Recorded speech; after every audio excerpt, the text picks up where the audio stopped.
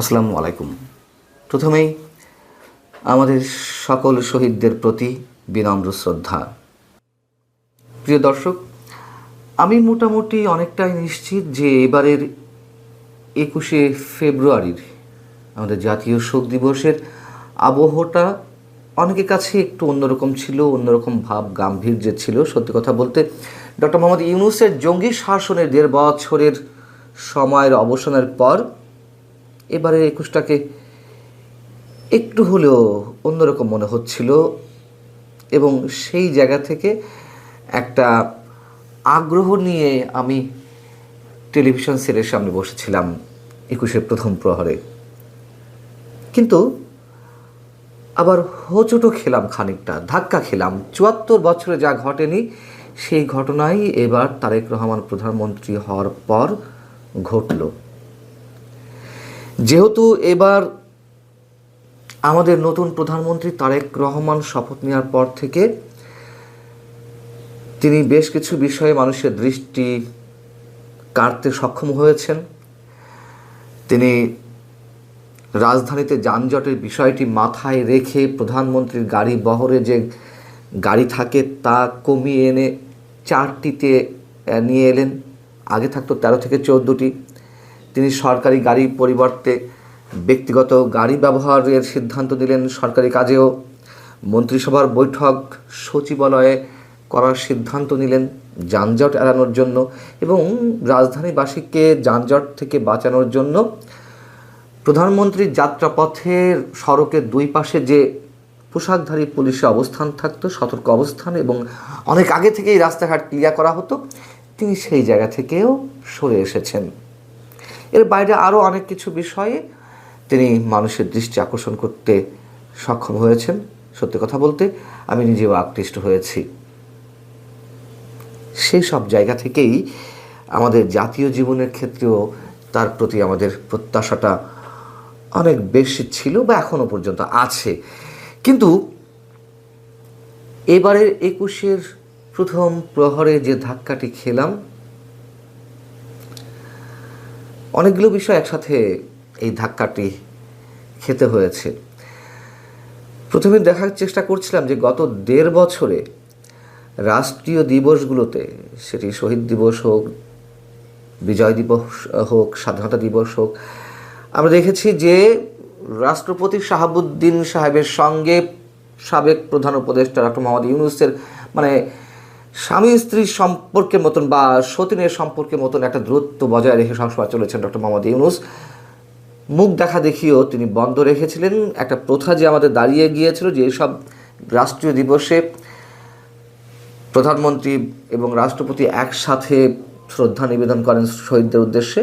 সেটি আমরা গত 1.5 বছরে দেখেছি রাষ্ট্রপতি প্রথমে শ্রদ্ধা নিবেদন করে যাওয়ার পরে তার 3-4 মিনিট পরে এসে সংশ্লিষ্ট স্থানে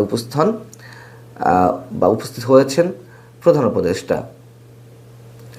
এবার ভাবছিলাম যে হয়তো দুজন একসাথে শহীদদের উদ্দেশ্যে পুষ্পমাল্য অর্পণ করবেন, কিন্তু আমরা দেখলাম যে না, হলো না। মেনে নিলাম যে হলো না।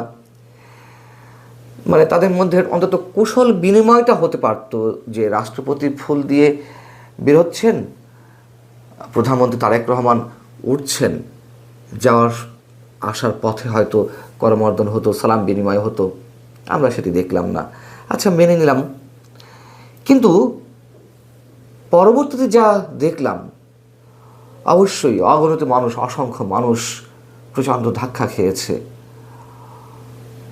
খানিকটা বিস্মিত হয়েছে। শহীদ মিনারে দোয়া মাহফিলের আয়োজন করা হলো।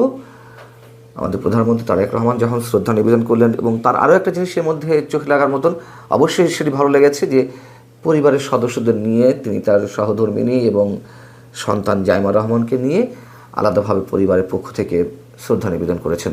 এটি অবশ্যই ভালো লেগেছে। যেটি বলছিলাম, যে এই শ্রদ্ধা নিবেদনের পরে মাইকে ঘোষণা দেওয়া হলো যে দোয়া মাহফিলের আয়োজন করা হয়েছে। শহীদ মিনারে ফুল দেওয়াটা, শ্রদ্ধা নিবেদনটা, এগুলো আমাদের রাষ্ট্রীয় আচারের মধ্যে থাক না, আমাদের সামাজিক আচারের মধ্যে থাক। গত 74 বছরে বায়ান্নর ভাষা আন্দোলনের পর থেকে ৭৪ বছরে এই শহীদ মিনারকে কেন্দ্র করে ধর্মাশ্রয়ী একটি উগ্রবাদী গোষ্ঠী সবসময় চেয়েছে এখানে দোয়া মাহফিলের আয়োজন করা হোক, এখানে মিলাদ মাহফিলের আয়োজন করা হোক, মোটামুটি মৌলবাদিত্বের দখলে নিয়ে যাওয়ার একটা চেষ্টা করা হয়েছে। কিন্তু ৭৪ বছরে সেটি সম্ভব হয়নি, যেটি তারেক রহমান শপথ নেওয়ার পর হলো। কেন হলো? পিছনে কারণটি কি? তারেক রহমান কি মানে এটি খুব সাদামাটাভাবে নিয়েছেন বিষয়টি? মানুষের মনে সন্দেহ জায়গাটা খুবই স্বাভাবিক যে ডক্টর ইউনূসের ১.৫ বছরের যে জঙ্গি শাসন, মৌলবাদী শক্তির, সাম্প্রদায়িক শক্তির যে আস্ফালন, তারই ধারাবাহিকতার একটি ছাপ, সেই ধারাবাহিকতার একটি প্রভাব বিএনপি সরকারের উপরেও রয়ে গেল কিনা, এটি কি তার কোনো সিমটম? দোয়া মাহফিল হতেই পারে শহীদদের জন্য। কেউ ২ রাকাত ৪ রাকাত নামাজও আদায় করতে পারেন, নফল নামাজ, কোরআন শরীফ তেলাওয়াত করতে পারেন, কোনো সমস্যা নেই তো। সেগুলো নিজের বাড়িতে বা মসজিদে এগুলো সীমাবদ্ধ থাকলে সমস্যা কি? আচ্ছা, দোয়া মাহফিল যখন হলোই, তখন রাষ্ট্রপতির উপস্থিতিতে কেন এটি হলো না? রাষ্ট্রপতি চলে যাওয়ার পরে, তারেক রহমানের শ্রদ্ধা নিবেদনের পরে কেন এই আয়োজনটি করতে হলো? জাতির সামনে কি মেসেজটি গেল? রাষ্ট্রপতি তো সাংবিধানিক পদ, রাষ্ট্রপতির পদটি। গত ১.৫ বছরে রাষ্ট্রপতির প্রতি এই যে সাবেক প্রধান উপদেষ্টা ডক্টর মোহাম্মদ ইউনূস, তার যে প্রতিহিংসার প্রতিচ্ছবি আমাদের সামনে ফুটিয়ে তুলেছেন, তুচ্ছ তাচ্ছিল্য করেছেন, এটিও কি তার একটি নমুনা আমাদের সামনে উপস্থিত করলেন আমাদের প্রধানমন্ত্রী তারেক রহমান?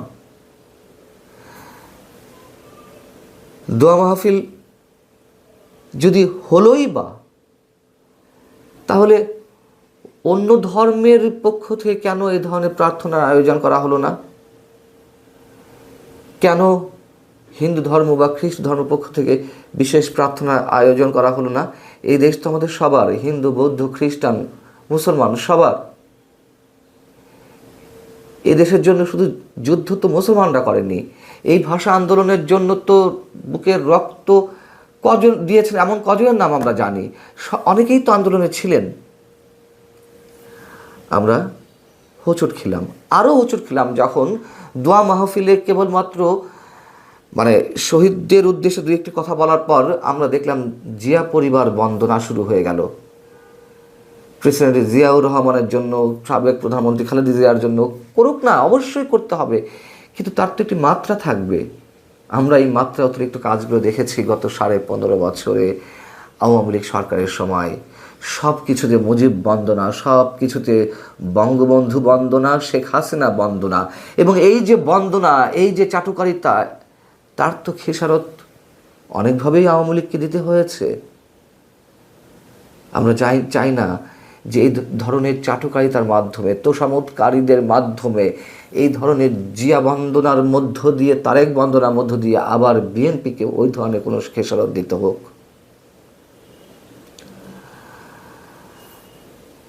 আমরা এও দেখলাম এইবারের ২১-এর প্রথম প্রহরে রুমিন ফারহানা, সাবেক বিএনপি নেত্রী, বর্তমান সংসদ সদস্য, তাকে ফুল দিতে যাওয়ার ক্ষেত্রে বাধা সৃষ্টি হলো। কারা বাধা সৃষ্টি করলো? বিএনপির নেতাকর্মীরাই তো। কেন? কি কারণে?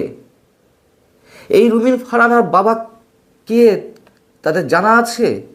অলি আহাদ। মানে ১৯৪৮ সালে ১১ই মার্চ যখন ঢাকা বিশ্ববিদ্যালয়ের ছাত্র ধর্মঘট শুরু হলো, প্রতিবাদ সভা শুরু হলো, বিক্ষোভ প্রদর্শন শুরু হলো বাংলা ভাষাকে রাষ্ট্রভাষা করার দাবিতে, সেই ধর্মঘট, সেই সভা থেকে যাদেরকে আটক করা হয়েছিল, বঙ্গবন্ধু শেখ মুজিবুর রহমান, শামসুল হক, অলি আহাদ, শওকত আলী, কাজী গোলাম মাহবুব, এই যে অলি আহাদ, এই অলি আহাদই তো রুমিন ফারহানার বাবা। তার বাবা ভাষা আন্দোলনের অন্যতম নায়ক। ভাষা শহীদদের প্রতি রুমিন ফারহানাকে শ্রদ্ধা জানাতে দেওয়া হবে না? আমরা আরও দেখলাম এই ২১-এর প্রথম প্রহরে নোয়াখালীর কোম্পানিগঞ্জে আওয়ামী লীগের রাজনৈতিক কার্যক্রম নিষিদ্ধ, এই জন্য আওয়ামী লীগের কয়েকজন শ্রদ্ধা জানানোর প্রস্তুতি নিচ্ছিলেন। তাদেরকে ধরা কার্যক্রম নিষিদ্ধ এই কারণে। কেন আটক করতে হবে? এটা কি কোনো রাজনৈতিক প্রোগ্রাম? শহীদ দিবসে শহীদদের উদ্দেশ্যে শ্রদ্ধা নিবেদন। আমরা চাই না আর কোনো অনভিপ্রেত, আর কোনো অনাকাঙ্ক্ষিত, আর কোনো প্রতিহিংসার রাজনীতি তুমুল ভয়ে বাংলাদেশে ফিরে আসুক।